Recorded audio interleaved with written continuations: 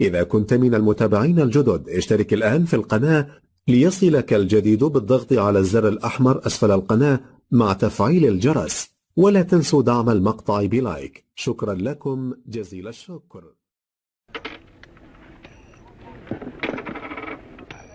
Nothing is quite what it seems in the Yemen, not even these golden guineas from Saudi Arabia that have kept the war going for so long. Some of these handsome British coins turn out to be forgeries, base imitations from Beirut. But the real stuff has done damage enough. Everyone wants a bit of the £10 million or so that reach the Yemen every year. After 5 years of war, old tribal loyalties are for sale. Gold has created chaos.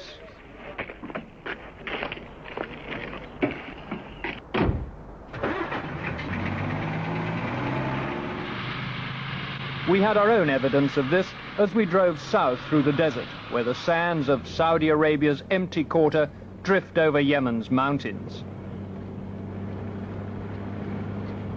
The route lay through Dachum country, where the tribesmen exact tribute from the royalists in return for a safe passage. To help us through, our drivers were Dachum men, but they decided to show their strength by delaying us. It took 2 days to cover the 150 miles of desert track to Surwa, literally the end of the road. The next day, the Dachum decided to apologize in traditional style.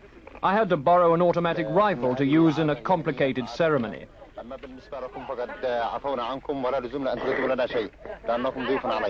does he say? Well, he says that this goat has been killed in order to compensate what yesterday... The Dachum contribution, a goat slaughtered on the spot. To kill goat or sheep to be offered to the people who has been hurted.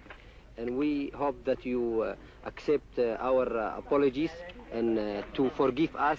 Please tell them that I accept their apologies and apologize for anything we may have done. يقول يعني بشكر عميق يتقبل يعني الاعتذارات اللي تقدموا له. Half-cooked goat is scarcely an appetizing dish, though luxury indeed to the hardy Yemenis, but it had to be eaten.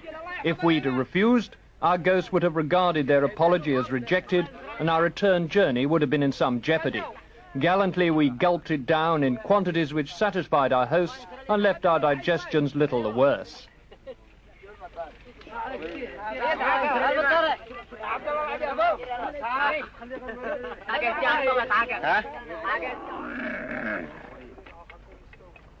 Roads are a rarity in the Yemen. For the most part, there's the open desert and the camel trails that wind endlessly through the mountains.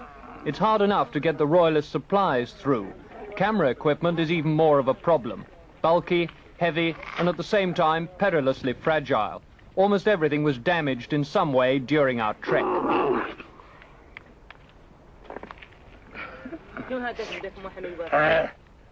Our destination was Gurwa, only 9 hours' march away. But to reach it safely, we had to take a roundabout route. 2.5 days of plodding behind our camel train through dry river wadis and over mountains. Tribesmen of the Beni Hushesh were holding out for more money from the royalists before they would allow men and supplies to use the easier road through their territory. To Yemenis, all Europeans, and they've seen few enough, are mercenaries, British, French, Belgian, and worth a considerable ransom. The royalist princes were anxious that we should not be captured.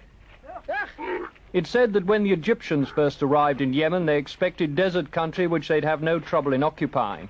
We learned the hard way, as they did, just how difficult the terrain is to cover.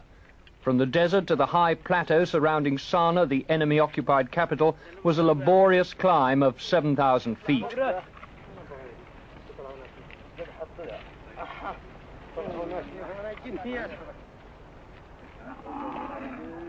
At Gurwa, a typical royalist camp of caves and tents hugging the hillside to avoid the Egyptian bombs, we met the man we'd come to see, Prince Abdullah bin Hassan.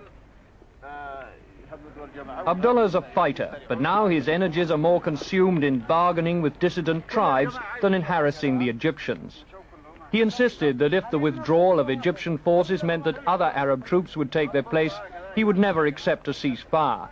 The Yemenis had fought too long for their freedom, he said, to be deprived of it at the last. And he denied that divisions within the ranks of the royalists would produce chaos when the Egyptians finally left.